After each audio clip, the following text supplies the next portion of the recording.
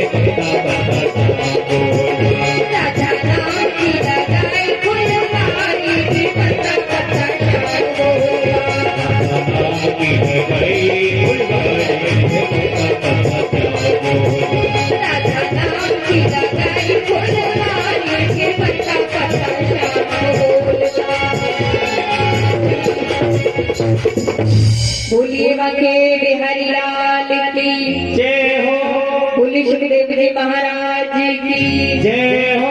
बोलिए परीक्षित जी महाराज की जय हो। जय जय श्री राम रे। भगवत सत्र में पधारे हृदय अनुरागी मेरे पिता तुल्य बुजुर्ग भगवती सीता माता अनसुईया के पगलू का अनुकरण करने वाली दिव्य साकार मूर्तियां मेरी माता एवं बहन भारतीय संस्कृति के आशा के केंद्र बिंदु मेरे नौजवान भाई एवं संत शिरोमणि भगवान, आइए एक बार सभी स्वीकार करें और अपने मन को एकाग्र करके मेरे गोविंद की कथा श्रवण एवं मनन करें। श्री हरि।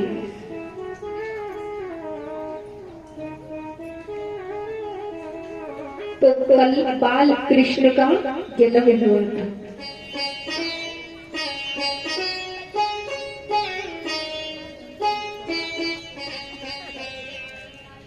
तो नंद बाबा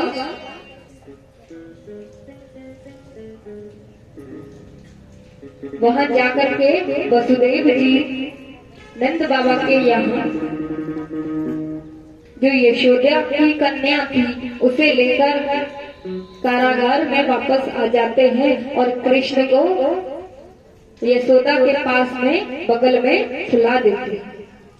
योग माया के प्रभाव से किसी को कुछ पता भी नहीं चलता और वैसे ही कहते हैं ना, माया से पार पाना तो किसी के बस की बात नहीं, इसीलिए किसी को पता भी नहीं चला।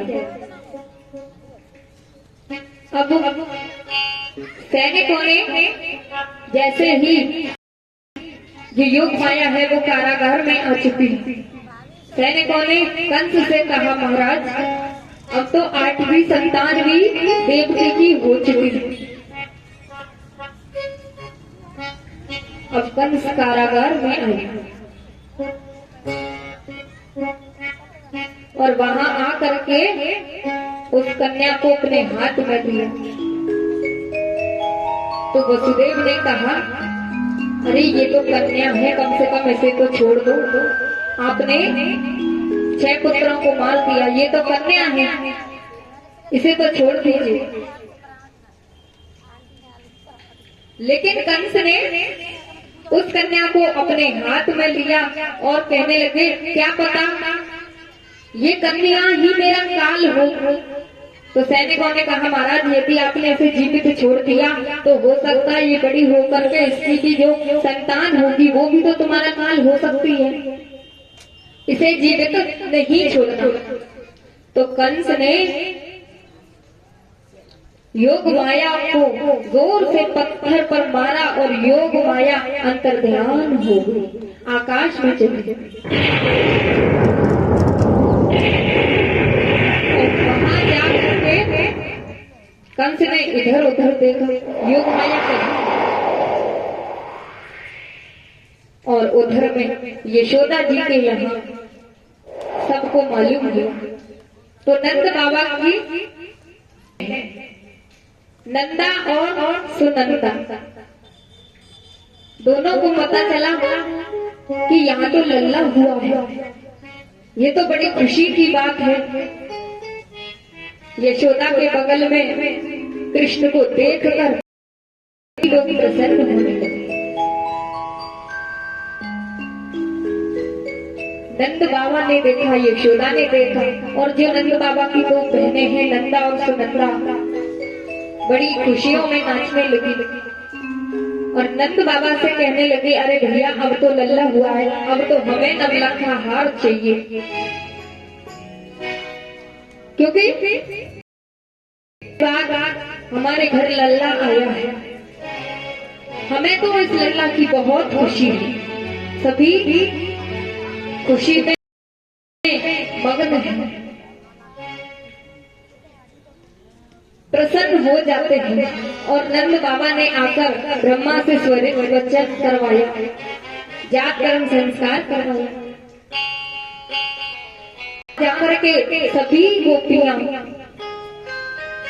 नंद जी के द्वार पर आती हैं।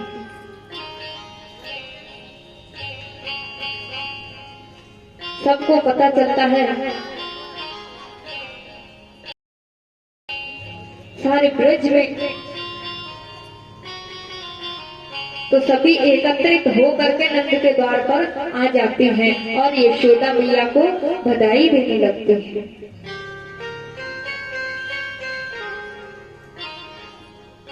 बधाइयां दे करके अब जैसे ही नंद बाबा खुश हुए तो यशोदा मैया से गोपियां और जो यशोदा की सहेलियां हैं अब यशोदा से कहने लगी, अरे यशोदा तुम्हारे यहाँ लल्ला हुआ है, ये बड़ी सौभाग्य की बात है, हमें बहुत खुशी है। अब हमारे साथ तुम भी नृत्य करो।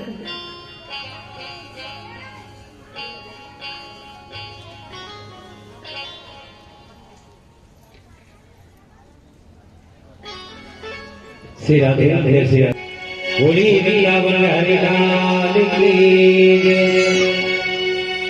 बोली दे बधाई मैया दे बधाई,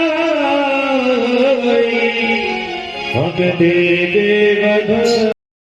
कभी लगी जोर के साथ बोली लल्ला की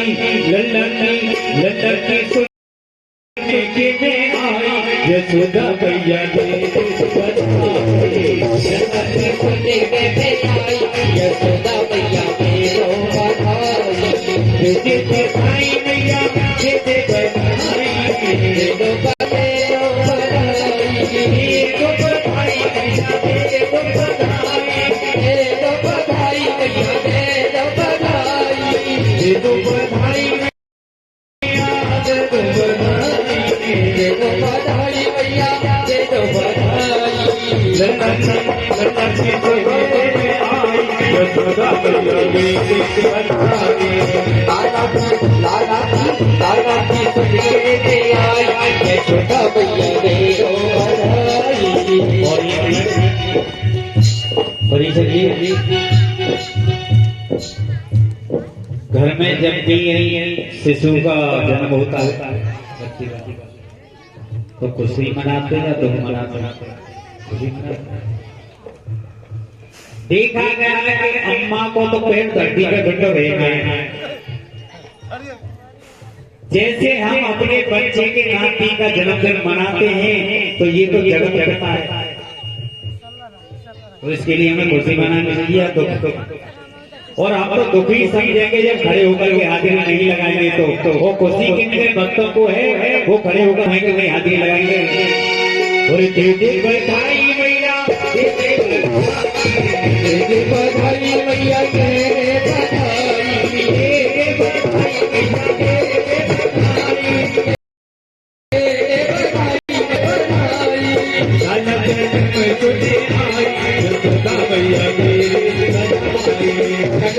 जन्म तुझे आई यशोदा मैया दे दो बधाई।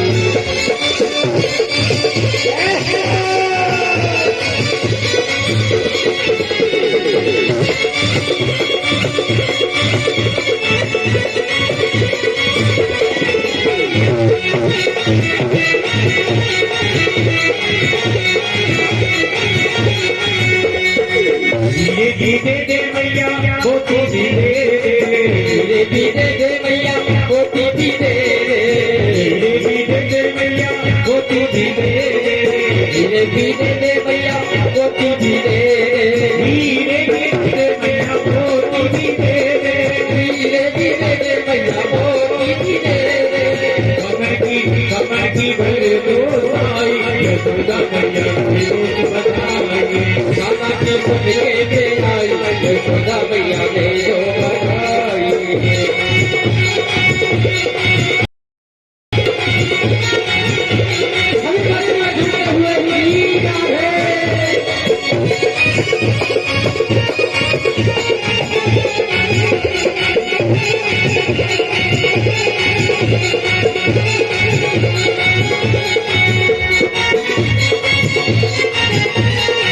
जगह भी दे दे मैया चूड़ भी दे जगह भी दे दे मैया चूड़ भी दे जगह भी दे दे मैया चूड़ भी दे जगह भी दे दे मैया चूड़ भी दे जगह भी दे दे मैया चूड़ भी दे जगह भी दे दे मैया चूड़ भी दे होता की आई यशोदा मैया दे दे बधाई लाला की सुन के दे आई यशोदा मैया दे दो बधाई। सच्चू बड़ी बड़ी अम्मा भाई जो कह रहे हैं जल्दी जल्दी गा रहे हो हम कैसे गाते तो अम्मा तुम्हारे लिए भी वो देखिए जो नृत्य करना चाहे वो खड़ी रहे वो जो नृत्य नहीं करना चाहे तो काई को पेटिया से लगा के खड़ी बैठ जाए। आज तो बधाई बाजे नंदे भवन में आज तो बधाई बाजे नंदे भवन में आज तो बधाई बाजे नंदे भवन में नंदे भवन में नंदे भवन में नंदे भवन में नंदे भवन में नंदे भवन में नंदे भवन में आज तो बधाई बाजे नंदे भवन में आज तो बधाई बाजे नंदे भवन में नंदे भवन में की आई नंदे भवन में की आई नंदे भवन में की तो नंदे भवन में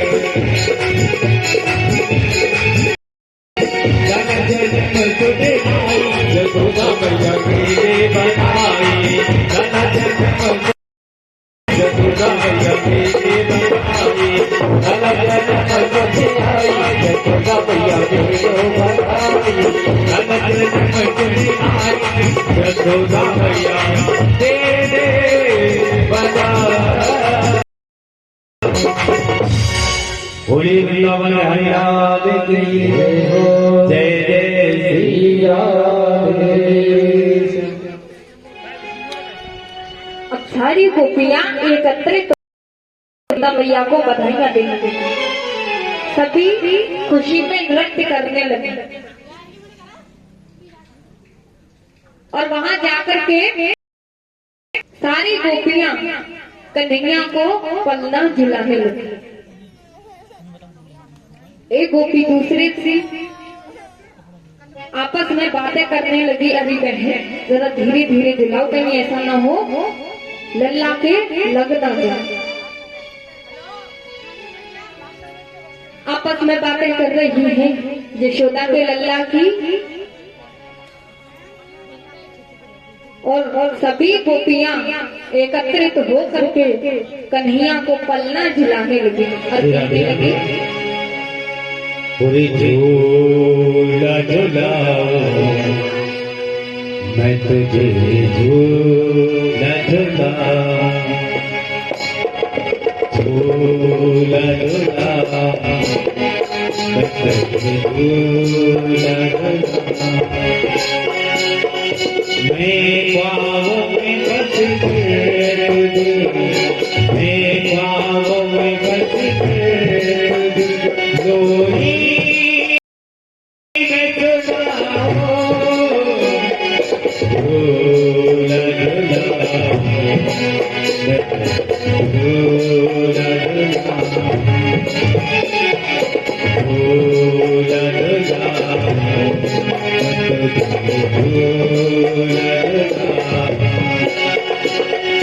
हे पाँव में बच तुझे, हे पाँव में बच तुझे, लोरी में झूला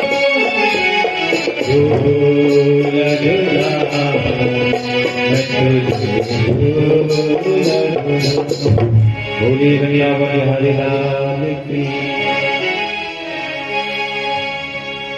सभी गोपियां झूला दिलाने के लिए आई और इतनी जोर से आनंद भैरव की बरसाने तक आवाज पहुंच गई। जहां पर हमारी राधा रानी है, राधा जी कन्हैया से 11.5 वर्ष बड़ी है,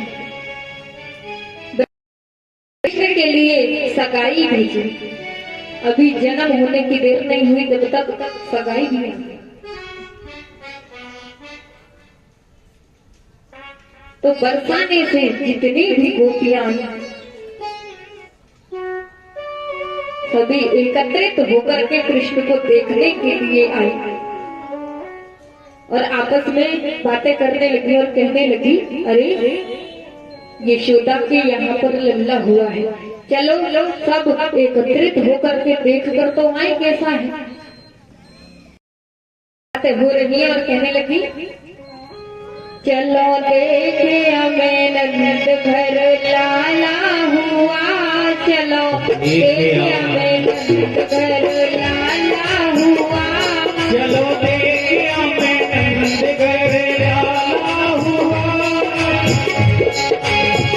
लाला हुआ सखी लाला हुआ, लाला हुआ जग लाला हुआ, लाला हुआ सखी लाला हुआ, यदुवंशी के घर का उजाला हुआ, जगी के घर कर उजाला हुआ,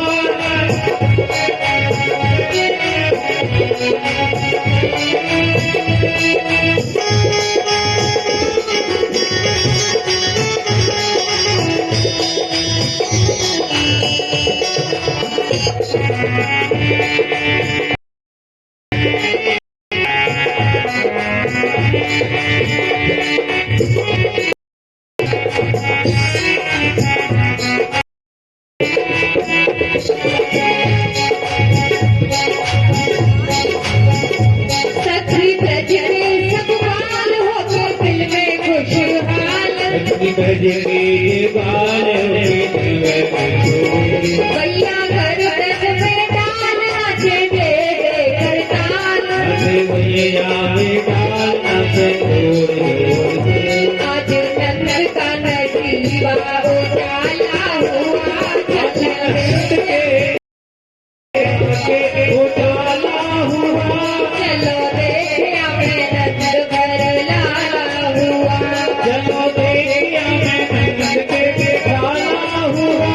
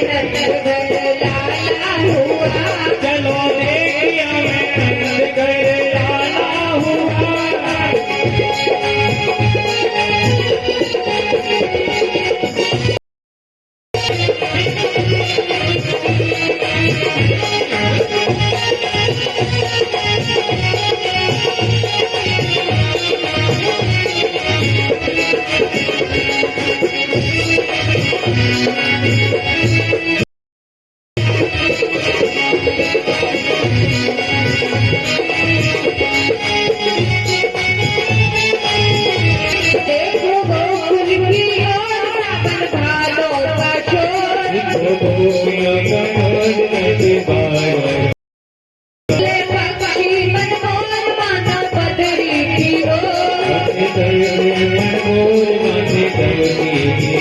तूने आनंद की बरसात डाला हुआ आनंद की बरसात वाला हुआ चलो देखिया मैं नंद घर लाला हुआ चलो देखिया मैं नंद घर लाला हुआ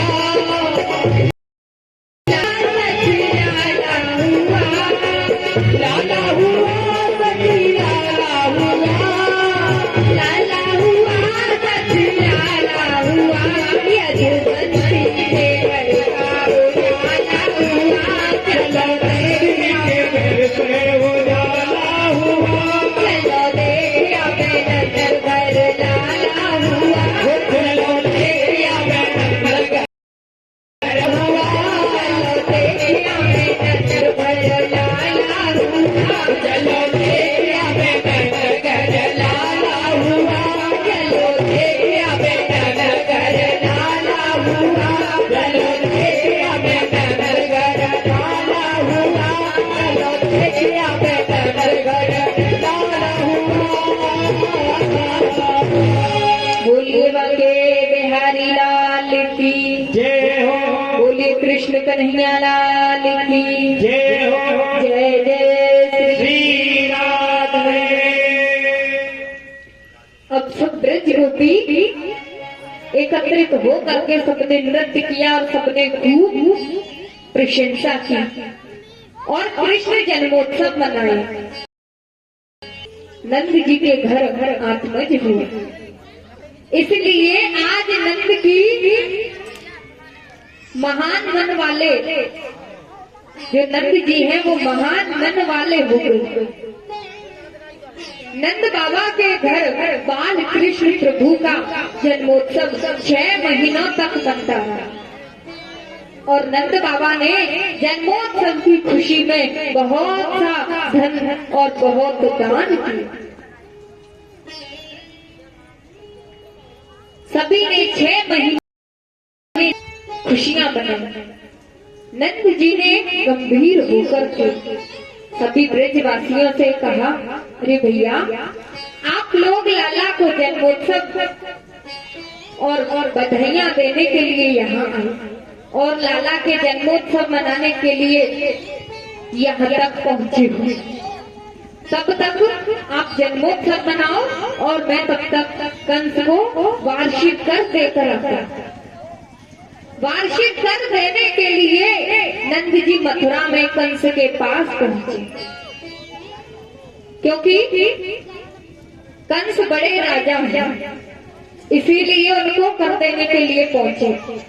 नंद जी वार्षिक कर देने गए, जैसे ही कर देकर वापस लौट रहे थे तो मार्ग में नंद जी को वसुदेव जी से मिलन हो गया। दोनों का आपस में मिलन हो गया, क्योंकि वसुदेव जी को 2-4 दिन के लिए कारागार से कंस ने बाहर निकाला था। वसुदेव जी से मिलकर अब नंद जी रोने लगे। रो करके अब कहने लगे, अहो ते देव की पुत्रा कंसेन बहतो था, एक वशिष्ठ वर्जा कन्या सापी दिव्यं गता। वसुदेव, बड़े कष्ट की बात है, जितने पुत्र तुम्हारे घर जन्म लेकर आते हैं और दुष्ट कंस उन सबको मारने के लिए चला आता है, मुझे बहुत बड़ा भारी दुख है। नंद जी उनसे मिलकर वहां से चले जाते हैं। इधर कंस को रात भर निद्रा नहीं आई। आपातकालीन सभा बुलाई और कंस ने कहा, अरे मेरे कृष्ण, जो मेरा शत्रु है कृष्ण, उसने जन्म ले लिया है, जाओ उसे ढूंढ कर लाओ। सैनिकों ने कहा, महाराज हम से ढूंढ कर लाए, हम इस 84 कोस के ब्रिज में हम उस कन्हैया को कहां से ढूंढेंगे? हम क्या पता वो कहाँ है और कौन से घर में है।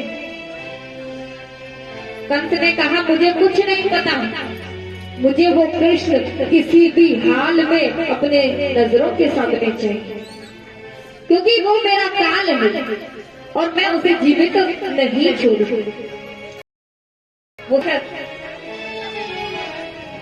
एकत्रित हो जाते, विचार करने लगे अब हम कृष्ण को कहां से ढूंढ कर लाएंगे।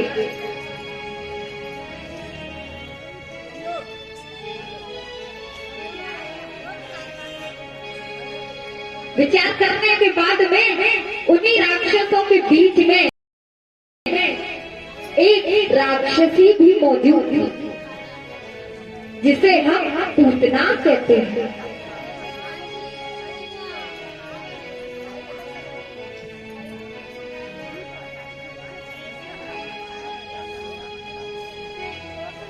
उन्हीं राक्षसों के बीच में पूतना मौजूद थी। पूतना बाल घातिनी, पूतना का काम है बच्चों की हत्या करना। उन्हीं राक्षसों के मौजूद हो जाती है और पूतना कंस से कहने लगी मैं जाऊंगी उस बालक को ढूंढने के लिए। तो कंस ने कहा अरे तुम कैसे जाओगी, तुम तो स्वयं राक्षसी हो और तुम्हें अपने घर में कौन निवास करने देगी।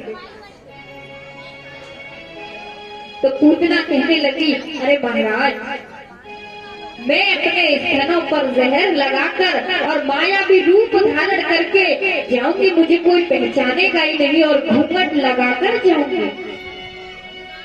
किसी को क्या पता ये मायावी देवी है या कोई राक्षसी, किसी को कुछ पता नहीं चलेगा। और वैसे भी घूंघट में बहुत काम बन जाते हैं। पता है भैया कौन कौन से काम बनते हैं? बोलने से पहले ही हंस जाते हैं, क्योंकि जब लोग कथा सुनने आते हैं ना, और जो भैयाएं कथा सुनने आती हैं और मैं भैयाएं और जो दादा के लिए आते हैं, वो तो सामने नेत्रों को करके कथा सुनते हैं। और मैयाएं कथा सुनने आती है ना तो घूंघट लगा के, लंबा सा घूंघट लगाया, किसी को क्या पता चले कि सो रही है या कथा सुन रही है। और इधर बेचारे दादाजी और भैया देखते, क्योंकि हमारी नजर सामने ही रहती है। और जो घूंघट लगाकर बैठती है ना, अब हमें क्या पता सो रही है या कथा सुन रही है। तो घूंघट में भी बहुत बड़े काम बन जाते हैं। 3 घंटे सामने वाले को पता ही ना चले। और वैसे भी ये घूंघट का प्रचलन भारत की नारियों में नहीं था। भारतीय संस्कृति में घूंघट का प्रचलन नहीं था। ये प्रचलन मुसलमानों ने चलाया भारत में। पूतना ने घूंघट लगाने की बात कंस से कही और कही, क्या कहने लगी अरे महाराज, मैं राक्षसी हूँ तो क्या हुआ, लेकिन मैं मायावी रूप धारण करके और मैं कृष्ण को ढूंढ कर लाऊंगी। अपने स्तनों पर जहर लगा करके मैं उसे वहीं मार दूंगी। पूतना ने घूंघट इसलिए लगाया, क्यों लगाया? अब मायावी रूप धारण कर लिया तो वो नारी भी हो गई, लेकिन घूंघट क्यों लगाया पूतना? घूंघट इसलिए लगाया कि वो काली ज्यादा थी। और वैसे भी छोटे छोटे बच्चे तो देखकर डर ही जाएंगे। पूतना गोकुल में पहुंच गई, मायावी रूप धारण किया और गोकुल में पहुंच गई। और कृष्ण का अवतार हुआ अष्टमी को, और पूतना कृष्ण को चतुर्थी को मारने आई। ठीक 7वें दिन, क्योंकि पता है पूतना किसे कहा जाता है?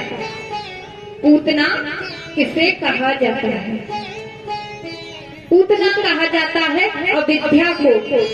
और अविद्या का निवास 14 स्थानों पर होता है।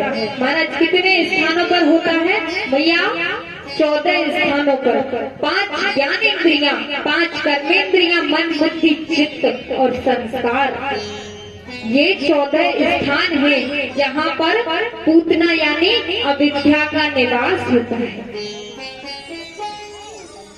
यहीं पर पूतना अपना रूप धारण करके पहुंच जाती है और वहां जा करके नंद बाबा के द्वार पहुंची है और वहां जाकर के इधर उधर देखा, खिड़की से झांकने लगी कि घर में कौन कौन है। सभी जन्मोत्सव में मगन है, तो कौन आ रहा है कौन जा रहा है किसी का कुछ पता नहीं। इधर उधर देखा और घूंघट लगा के स्तनों पर जहर लगा करके विष लगा करके अंदर प्रवेश किया। और जैसे ही अंदर प्रवेश किया है तो कृष्ण के पालने के समीप पहुंच गए। अब वहां पहुंच करके जैसे ही पूतना ने घूंघट हटाया, पूतना मायावी रूप धारण करके आई तो नेत्र बंद कर लिए। अब ये नेत्र बंद क्यों किए? प्रभु ने अपने नेत्रों को क्यों बंद किया? क्यों क्यों क्यों बंद किया था परीक्षित महाराज?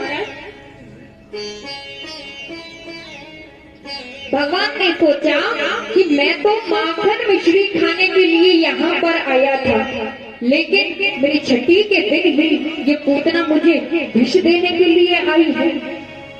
और विष पीने का काम किसका होता है महाराज?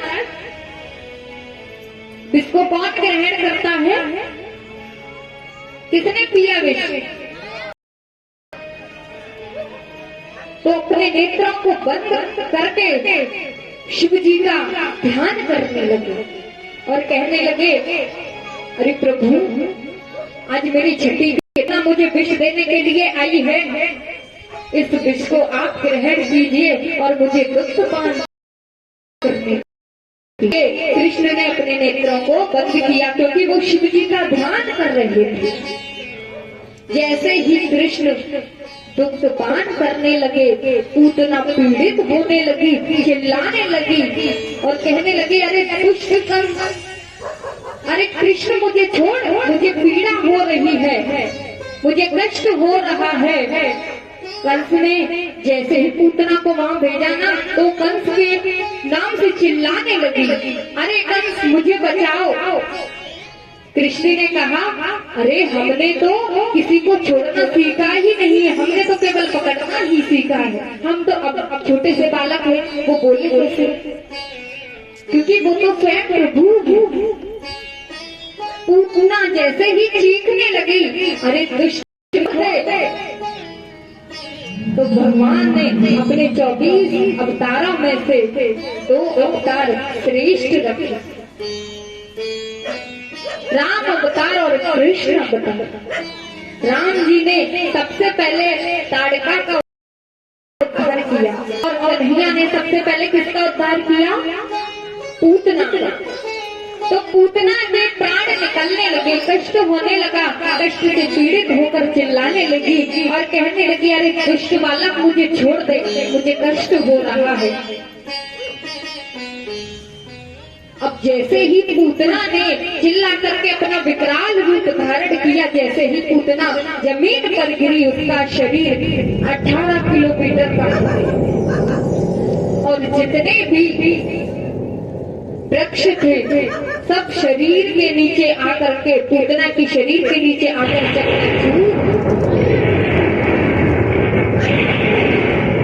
कहते हैं पूतना का पैर गिरा कहाँ जाके? पैगाम में जाकर के, और कान गिरे कानपुर में जाकर के, हाथ गिरे हाथरस में जाकर के। इस तरह से शरीर का विछेद हुआ।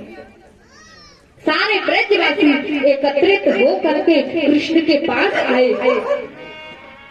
सभी लोग हाहाकार मच गया। जैसे ही हाहाकार मचा, सभी लोग भागे भागे फिरने लगे, कृष्ण को ढूंढने लगे। उधर में यशोदा मैया भी कृष्ण को ढूंढने लगी। अरे मेरा कृष्ण, मेरा लल्ला किधर है? जैसे ही सारी गोपियां एकत्रित होकर के आती हैं, यशोदा मैया दौड़ी दौड़ी कृष्ण के पास आई और कृष्ण को उस मायावी राक्षसी के पास लेटा हुआ देखकर कृष्ण कन्हैया खेल रहे थे। जैसे ही गोद में लिया तो सखियों ने कहा, अरे यशोदा, ये तो मायावी राक्षसी है, क्या पता इसने लल्ला के साथ क्या किया होगा। अब ऐसा करना होगा, अब लल्ला को शुद्ध करना होगा गौमूत्र से। कृष्ण कन्हैया को शुद्ध किया गया और भगवान श्री कृष्ण जोर जोर से चिल्लाने लगे, रोने लगे। अब इधर में अब कहते हैं, जब पूतना गिरी, पूतना का शरीर जीर्ण हो गया तो सब ब्रजवासियों ने मिलकर के पूतना के शरीर को जलाया। तो उसके शरीर से दुर्गंध आनी चाहिए, तो गंध क्यों आई? क्यों? क्योंकि जो गति, जो माता की गति है, वो सबसे पहले प्रभु ने पूतना को समर्पित, और प्रभु ने ही उसका उद्धार किया, इसीलिए सुगंधित प्रवाहित होने लगी। अब भगवान ने धर्म में गौमूत्र से स्नान कराया तो रोने लगे। तो सभी गोपियां और यशोदा की सहेलियां कहने लगी, मुझे शायद ऐसा लगता है तुम्हारे लल्ला को पता नहीं, शायद उस मायावी राक्षसी की ही तो नहीं। अब क्या होगा, वो राक्षसी जलाई और लल्ला उधर में चुप न हो, जोर जोर से चिल्लाने लगे, रोने लगे। तो कहने लगी है यशोदा मैया गोपियों से और अपनी सखियों से, अरे सखियों, मेरे लाला पे जादू कर गई, कोई ग्वाल दीवानी, मेरे लाला पे जादू कर गई, कोई ग्वाल दीवानी, मेरे लाला पे जादू कर गई, कोई ग्वाल दीवानी, मेरे लाला पे जादू कर गई, कोई ग्वाल दीवानी, मेरे गौआ पे जादू कर गई, कोई ग्वाल मस्तानी, कोई ग्वाल दीवानी सखी, कोई ग्वाल मस्तानी हो, कोई ग्वाल दीवानी सखी, कोई ग्वाल मस्तानी, मेरे लाला पे, मेरे सैया पे, मेरे कान्हा पे जादू कर गई, कोई ग्वाल दीवानी, मेरे गौआ पे जादू कर गई, मस्तानी,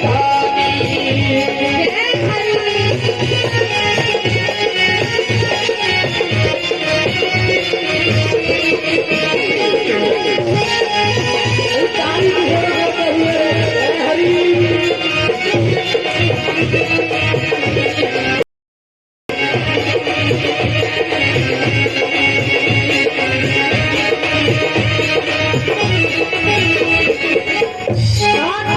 भैया कहने लगी, अरे अभी तो मैंने लाला को गौमूत्र से स्नान करके अभी सुलाया है, और पता नहीं अब ये अचानक इतनी जोर से क्यों रोने लगा है। और कहने लगी, बेटा मैंने गाय का लोरी अब ही तुरंत सुबायो हो, अब ही तुरंत सुबायो, अब ही तुरंत सुबायो, कोई साथ ने आज मेरा छोटो लाल जगायो हो, छोटो लाल जगायो, छोटो लाल जगायो, मेरे लल्ला पे, मेरे लल्ला है, मेरे लल्ला है, देखो कर गई, कोई बाल की दीवानी, मेरे लाला पे जादू कर गई, कोई बादल मस्तानी,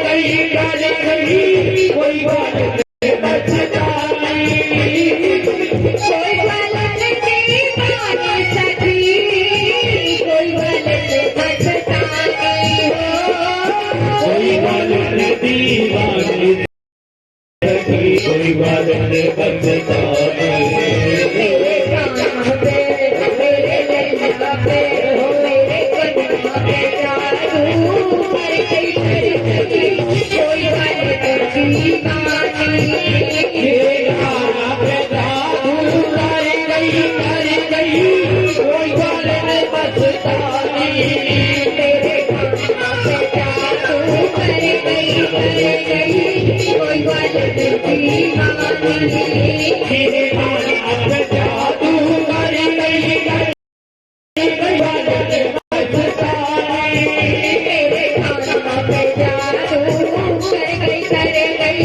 कोई बात करती मानी मेरे कान्हा पे जादू कर गई कोई बात न बचतानी मेरे कान्हा पे जादू कर गई कोई बात न बचतानी तेरे कान्हा पे जादू कर गई कोई बात करती कान्हा पे जादू कर गई कोई बात न बचतानी मेरे लाला पे जादू कर गई कोई बात करती मेरे कान्हा पे जादू कर गई कोई बात न बचतानी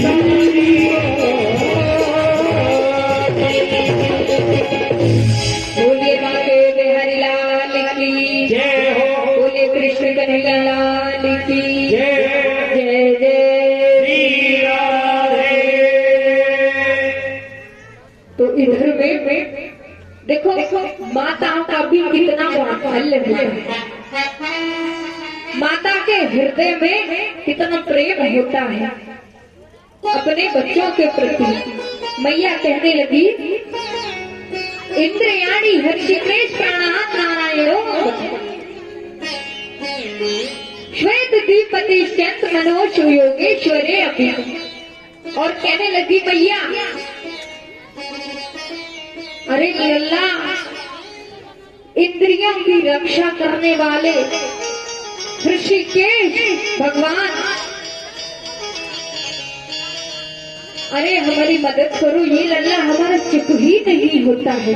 भगवान मैया की बातों को सुन करके बड़े प्रसन्न होने लगे और भगवान सोचने लगे अरे मैया भी कितनी भोली है, मेरे ही नाम से मुझको झाला दे रही है, मुझे चुप करा रही है मेरे ही नाम से। अब मैया को क्या पता, उनका भाव उनका हृदय जैसे ही लल्ला रोने लगा तो मैया भी उदास हो गई। पूतना के शरीर को जब जलाकर भस्म कर दिया तो भगवान श्री कृष्ण की सुगंधित वायु जब प्रभावित होने लगी तो भगवान भी चुप हो गए। आज उस पूतना को कृष्ण ने माता की गति भी प्रदान कर दी। इधर कंस को पता चला कि पूतना का वध हो गया, उद्धार हो गया, तो बड़ा क्रोधित हुआ और एक सकटासुर नाम के राक्षस को मारने के लिए भेजा। तो प्रभु ने सकटासुर का भी उद्धार कर दिया और आज गोकुल में भगवान शिव मेरे कन्हैया के दर्शन करने के लिए शिव ने अपना विकराल रूप छोड़कर और भेष बदल करके योगी का भेष बनाया है और दर्शन करने के लिए मेरे कृष्ण के दर्शन के लिए गोकुल में पधारे। अब जैसे ही द्वार पर पहुंचे तो वहां से भेंट हुई और वहां जाकर के कहने लगे अलाप निरंजन। तो मैया द्वार पर आई और बोले अरे बाबा जी आपको क्या चाहिए भिक्षा में? बोले अरे मैया हमें भिक्षा में केवल आपके लल्ला के दर्शन करने हैं। तो जैसे ही लल्ला का नाम लिया तो मैया ने अपने लल्ला के बारे में इस तरह की बातें सुन करके और भीष को देख करके योगी बाबा से कहा अरे योगी तुमने अपने आप को देखा है? मेरा लल्ला कितना छोटा है और यदि तुम्हें देखेगा तो वो मेरा लल्ला डर जाएगा। मैं तुम्हें अपने लल्ला के दर्शन नहीं करा। तुम्हारे गले में ये काले काले सांप, ये बिच्छू, इन्हें देखकर मेरा लल्ला डर जाएगा। तो भगवान शिव कहने लगे, अरे भैया वो हमें देखकर नहीं डरेंगे, शायद मैया को प्रभु की लीला का अंदाजा नहीं। मैया कहने लगी, देखो चाहे हीरे ले लो, जवाहरात ले लो, अनाज ले लो, सब कुछ ले लो, लेकिन मैं अपने लल्ला के दर्शन नहीं करूंगा। तुम्हें जो कुछ भी चाहिए सब ले जाओ, लेकिन मैं अपने लल्ला के दर्शन नहीं करवा सकती। मेरा छोटा सा लल्ला है, वो तुम्हें देखकर डर जाएगा। जब मुझे ही इतना डर लगता है तो वो तो मेरा नन्हा सा बालक है। मैं अपने लल्ला को दर्शन के लिए बांधती। शिव जी कहने लगे, सुन लो मैया, कुछ भी हो जाए, हम कैलाश पर्वत से चलकर आए हैं तो दर्शन करके ही वापस जाएंगे। हम यहाँ से वापस जाने वाले नहीं हैं जब तक हमें दर्शन नहीं हो जाए। मैया कहने लगी, हम अपना द्वार बंद कर लेंगे। बोले, अब तुम इस द्वार को बंद कर लो या उस द्वार को, लेकिन हम दर्शन करके ही जाएंगे। मैया कहने लगी, मैं अगली द्वार से बाहर निकल जाया करूंगी, लेकिन मैं तुम्हें अपने लल्ला के दर्शन नहीं करूंगा। अब इधर में योगी बाबा कहने लगे, अरे मैया मैं इतनी दूर से चल करके आया हूँ, कम से कम मुझे एक बार तो दर्शन करा दे, बस थोड़ी देर। एक सूचना माताओं के लिए, जो हमारी माता बहन आई हैं, ये पाइप देख रही हैं, इस पाइप से इधर ना बैठे, जो उधर में आपको साइड दी गई है उसी साइड में बैठे। कृपा करके माता बहन यहाँ से खड़ी हो जाए और इधर से उधर निकल जाए। जैसे आपको वो साइड दी हुई है उधर बैठ जाए, क्योंकि सूचना आई है हमारे पास के जो हमारे बुजुर्ग और भाई बंधु आए हुए हैं, उनको बैठने के लिए जगह नहीं मिल रही है, तो एक ही साइड में आप बैठ जाए अंदर जाकर। पूरी हरिलाल की जय। शंकर जी कहने लगे, अरे मैया आप योगी हैं और हम यदि हट करके बैठ गए ना तो यहाँ से जाने वाले नहीं हैं, और तुम चाहे कितना भी प्रयास कर लो, हम यहाँ से बिना दर्शन के हिलने भी वाले नहीं। अब प्रभु अंतर्यामी है, सब कुछ देख रहे हैं। तो प्रभु ने सोचा, अब मैया ऐसे तो दर्शन कराने वाली है नहीं और ये बिना दर्शन के जाएंगे नहीं। तो प्रभु ने लीला रचना शुरू से रोने लगे। जैसे ही रोने लगे, शंकर जी समझ गए, वाह मेरे प्रभु क्या लीला रची है। और इधर में शंकर जी ने सोचा, अब मैं यहाँ से जाऊंगा और मैया सोचेगी लल्ला को नजर लगी है, नजर उतारने के लिए प्रभु मुझे बुलाएंगे, मैं जब दर्शन। तो जैसे ही प्रभु रोने लगे तो शंकर जी द्वार छोड़कर जाने लगे। मैया सोचने लगे, अच्छा हुआ योगी चला। अब अंदर आती, जैसे ही अंदर आई और कृष्ण को अपनी गोद में लिया, कृष्ण जोर जोर से रोने लगे। तो उधर ही गली में जाकर के एक बार जाकर के फिर से लौट करके आए। तो मैया बार बार झांक कर देख रही है, बाबा यही है या गया है। तो बाबा कहने लगे, फिर लास्ट बार मैया मैं फिर कह रहा हूँ मुझे दर्शन करा दो। तो मैया कहने लगी, मैं ना दर्शन कराऊं बाबा जिया है, मेरे लाला को लग जाए नजरिया है। मैं ना दर्शन कराऊं बाबा जिया है, मैं दर्शन दर्शन कराऊं बाबा जिया है, मेरे लाला को नजरिया।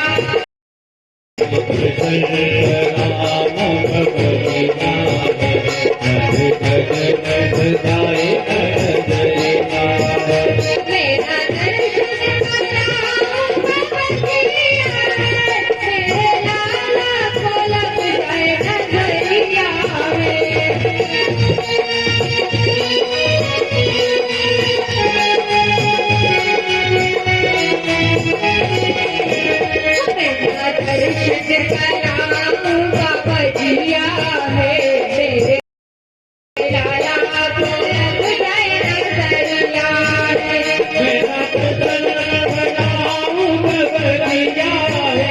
देख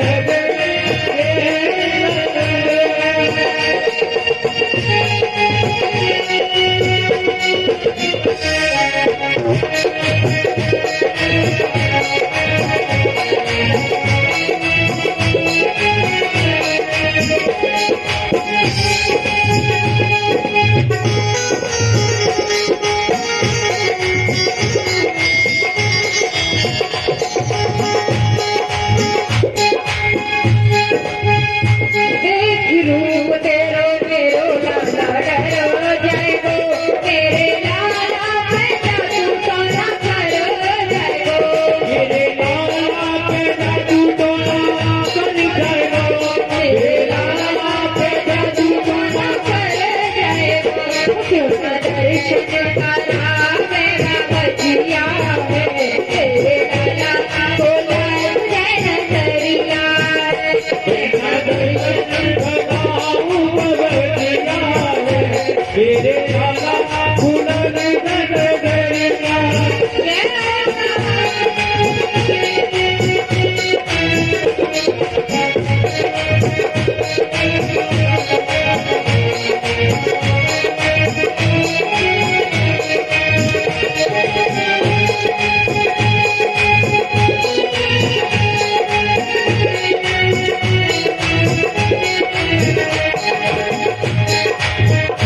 सुनके काशी से आया हूँ मैया तेरे दर, कोई दर्शन कराए दे क्यों कर दिया गार। मुझे दर्शन करा मेरे बाबू निर्वाण, मुझे दर्शन कराए क्यों कर दिया गार। मुझे दर्शन करा मेरा बजिया है, तेरे लाला को लग जाए नजरिया में, ऐसे दर्शन कराऊं बजिया है, तेरे लाला को लग जाए नजरिया में।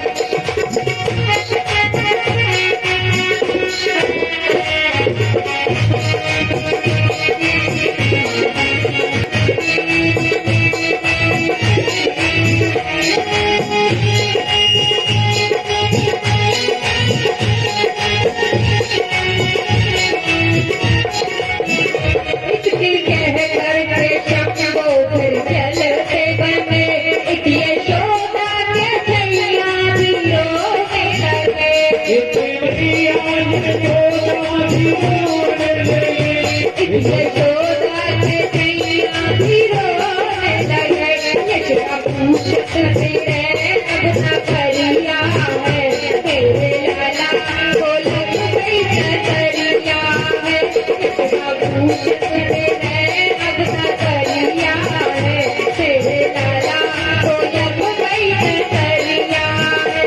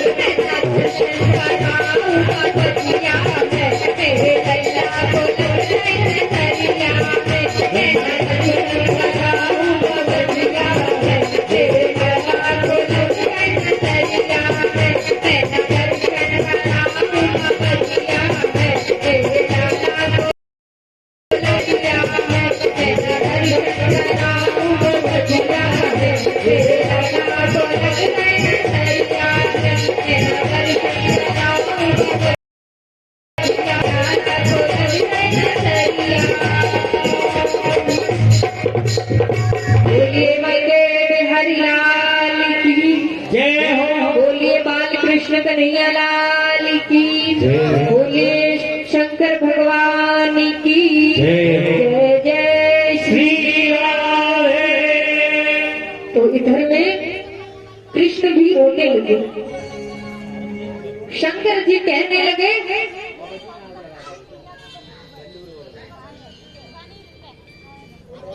अब शंकर जी के कहने पर यशोदा मैया ने दर्शन नहीं करवा। तो इधर में भगवान ने सोचा कि माता तो ऐसे दर्शन कराने वाली नहीं है, अब मुझे ही कुछ करना पड़ेगा। तो शंकर जी भी वहां से निकल जाते हैं और गलियों में जाकर के छुप जाते हैं कि अब तो यशोदा मुझे ढूंढती। जब कृष्ण रोने लगे तो गोपियां इकट्ठी होकर के यशोदा के पास में आई और यशोदा से कहने लगे, अरे यशोदा आप लल्ला क्यों रो रहा है? तो यशोदा कहने लगी, पता नहीं, शायद मुझे ऐसा लगता है लल्ला को नजर लगी। तो बोले तुम्हारे घर तरफ बोले एक योगी आया था और लल्ला के दर्शन के लिए कह रहा था, तो मैंने दर्शन नहीं करवाए। तो सभी गोपियां कहने लगी, अब तो ऐसा लगता है इस लल्ला को नजर लग गई। बोले अब तो नजर उतारने वाले, कोई झाड़ फूक करने वाले बाबा को पकड़ कर लाना पड़ेगा जो इस लल्ला की नजर उतार सकेगा। यशोदा कहने लगी, अब ऐसा कौन है जो इस लल्ला की नजर उतारेगा? तो एक गोपी कहने लगी, अरे यशोदा वो योगी था ना? बोले हाँ। तो मुझे लगता है शायद उसे वो कोई झाड़ फूक करने वाला होगा, तो उसे नजर उतारने आती होगी। लेकिन यशोदा कहने लगी, लेकिन वो तो बहुत देर तक चला गया, अब मैं उसे कहां से ढूंढ कर लाऊं? तो गोपी और यशोदा मिल करके बाबा जी को ढूंढने में लगे हैं, गली गली में और हर नगरी में ढूंढने लगे। तो गोपी को जैसे ही वो बाबा जी के दर्शन हुए, बाबा जी से कहने लगी, अरे बाबा जी, जो यशोदा का लल्ला है ना कृष्ण, वो बहुत देर से रो रहा है, उसे नजर लग गई है, क्या आपको नजर उतारने आती है? बोले हाँ। उधर में यशोदा भी वहीं पहुंच जाती है। बोले हम नजर तो उतार देंगे, बशर्ते एक सेवा। बोले क्या? बोले आप कर सको तो। बोले आपका जो लल्ला है ना, वो हमें अपनी स्वयं की गोद में देगा, आप उसे ला करके हमारी गोद में दोगे। बोले ये नहीं कर सकती। बोले तो हम नजर नहीं उतारे। और उधर में लल्ला चुप ना। तो जैसे ही कृष्ण रोने लगे तो यशोदा भी अब मुसीबत में पड़ गई। कहीं ऐसा ना हो मैं लल्ला को उसकी गोद में दे दूं तो ये झाड़ फूक करने वाला कोई जादू तो ना करते, और यदि मैंने इसकी गोद में ना दिया तो ये चुप होने वाला नहीं है, इसकी नजर कैसे उतरेगी? अब विचार करने लगी। बाबा जी कहने लगे, अगर इस बात के लिए मंजूर हो तो मैं नजर उतारने के लिए चलता हूँ, वरना मैं चला पड़ेगी। अब यशोदा कहने लगी, अच्छा ठीक है, लेकिन जैसे ही मैं तुम्हें गोद में दूंगी तुरंत ही वापस ले लूंगी, ज्यादा देर नहीं दे सकती। बोले ठीक है। तो यशोदा शंकर जी को अपने घर ले आती और द्वारे ला करके बाबा जी से कहने लगी, बाबा जी तुम यही रुको, अंदर मत आ जाओ, मैं अपने लल्ला को बाहर ही लेकर आ रही हूँ।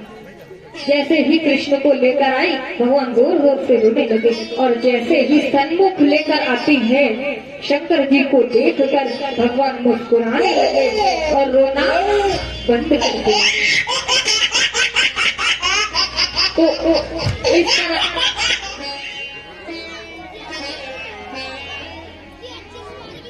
तो मुस्कुराने लगे। अब भगवान देख करके और विचार करने लगे, वहां मेरे प्रभु क्या लीला रची है, आज तो मुझे ऐसा लगा था कि मैं बिना दर्शन के ही वापस लौट जाऊं। तो भगवान कहने लगे ऐसे कैसे वापस लौट जाते। अब जैसे ही यशोदा ने शंकर जी की गोद में दिया तो भगवान चुप हो गए, रोना बंद कर दिया। अब रोना बंद कर दिया है तो बड़े प्रसन्न हो रहे हैं।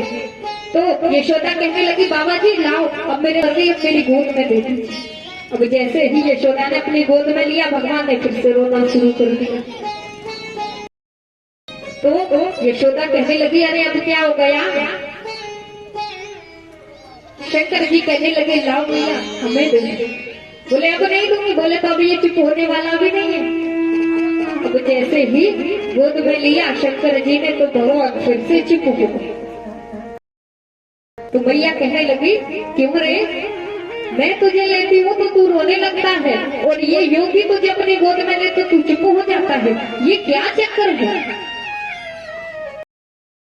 जी ने कहा मैया से मैया आप अपने घर में मेरे लिए मेरी मूर्ति बना करके एक तरफ मंदिर में रखवा दीजिए। जब भी तुम्हारा लल्ला रोए तो मेरे सामने रख दिया करो, दर्शन करवा दिया करना तो तुम्हारा लल्ला चुप हो जाए। अब दर्शन करके भगवान शंकर भी वहां से चले जाते हैं। इसीलिए शंकर जी का पूर्ण नाम हो गया नंदेश्वर महादेव। नंद जी के महलों में शंकर जी का मंदिर बनवाया गया। अब इधर में श्री कृष्ण शंकर जी की मूर्ति को देख करके बड़े प्रसन्न होते हैं। इधर में कंस को पता चला कि मेरा काल ना जाने कहां पल रहा है और मैं उसे मार भी नहीं सकता। तो कंस को चिंता सताने लगी और चिंता सता करके कंस ने अपनी सेना में बड़े बड़े राक्षसों को भर्ती कर लिए। कृष्ण थोड़े बड़े हुए, बड़े होकर के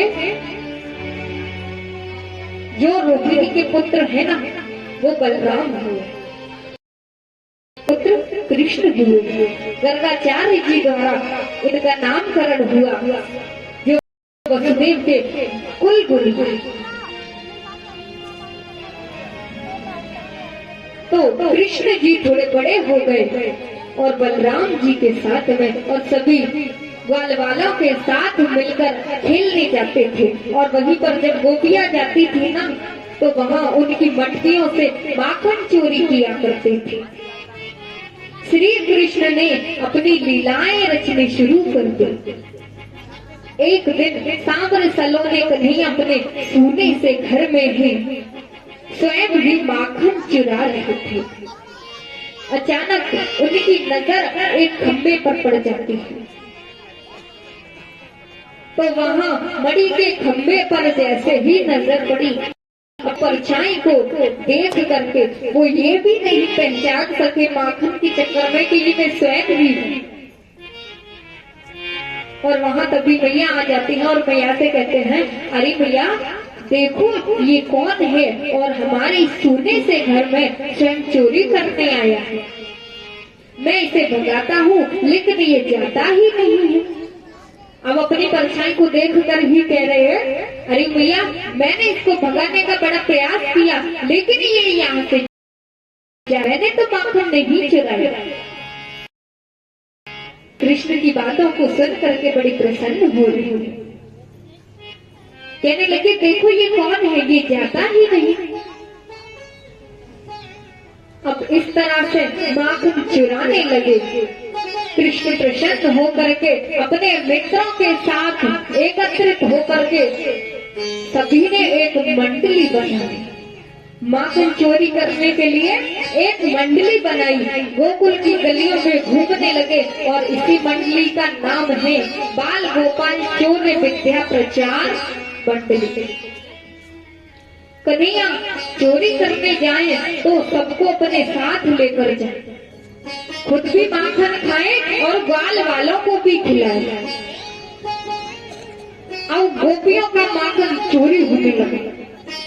ऊपर बंदर मंडली, नीचे ग्वाल मंडली। एक दिन सारी गोपियां इकट्ठी होकर के दूध दही माखन की मटकियों को अपने सिर पर रख करके ले जा रही थी।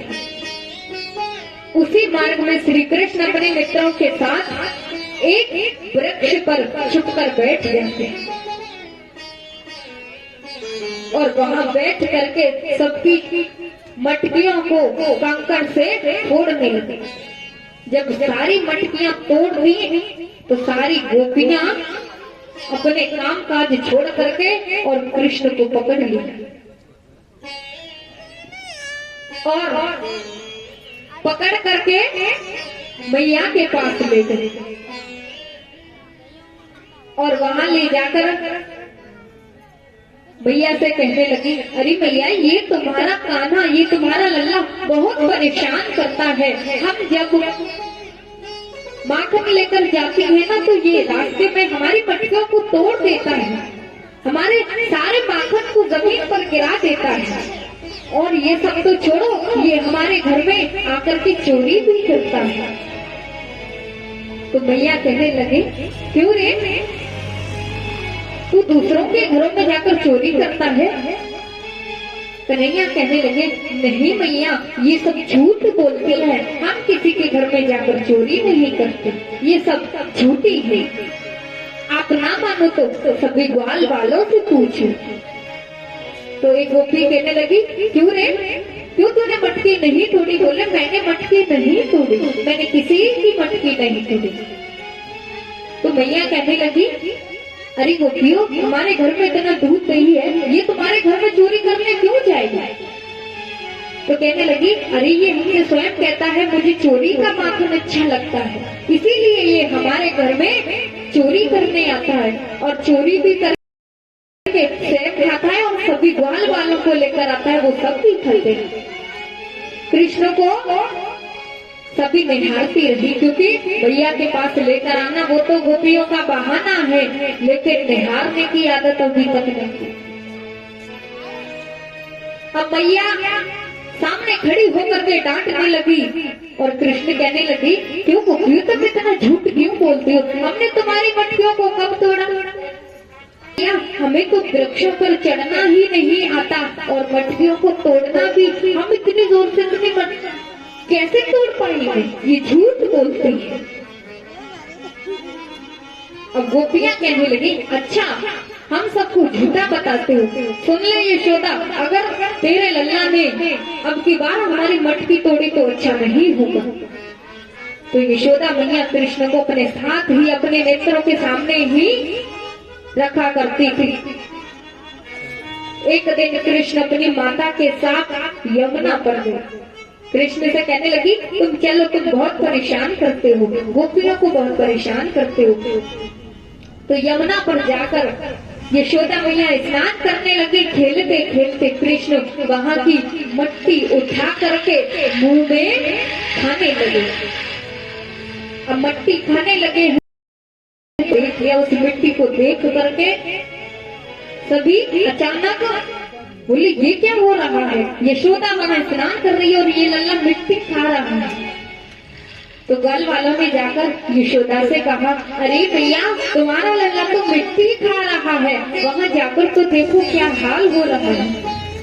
तो वहां पर अब कृष्ण जैसे ही यशोदा मैया दौड़कर आई तो कृष्ण ने मुंह को बंद कर लिया। जैसे ही मुंह को बंद किया और मैया बोली, क्यों रे, तूने मिट्टी खाई है? अब मिट्टी मुंह में तो बोल तो नहीं सकते, तो मना करने लगे। हमने अब बोले कैसे? अगर मुंह खोला तो मैया को पता चल जाएगा। मैया बार बार पूछने लगी, क्यों रे, तूने मिट्टी खाई? सिर्फ गर्दन को हिलाए, कोई जवाब ना दे। ग्वालवाल कहने लगे, मैया इसने मिट्टी खाई है, ये झूठ बोलता है। मैया कहने लगी, क्यों, ये सभी झूठ बोलते हैं? तो गर्दन को हिलाने लगी। तो मैया ने कहा, अब जल्दी से मुंह खोल, जबरदस्ती करने लगे। और जैसे ही भगवान ने अपने मुंह को खोला तब क्या हुआ? माता को ब्रह्मांड दिखाया,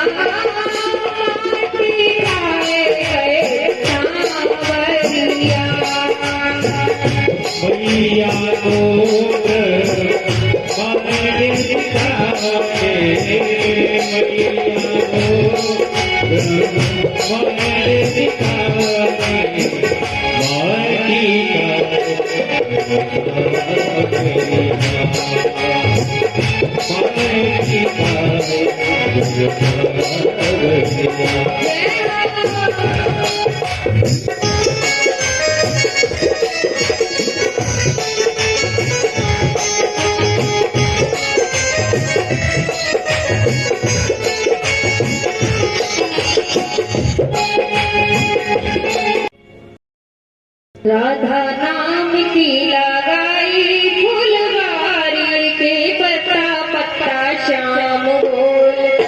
राधा नाम की लगाई फुलवारी के पत्ता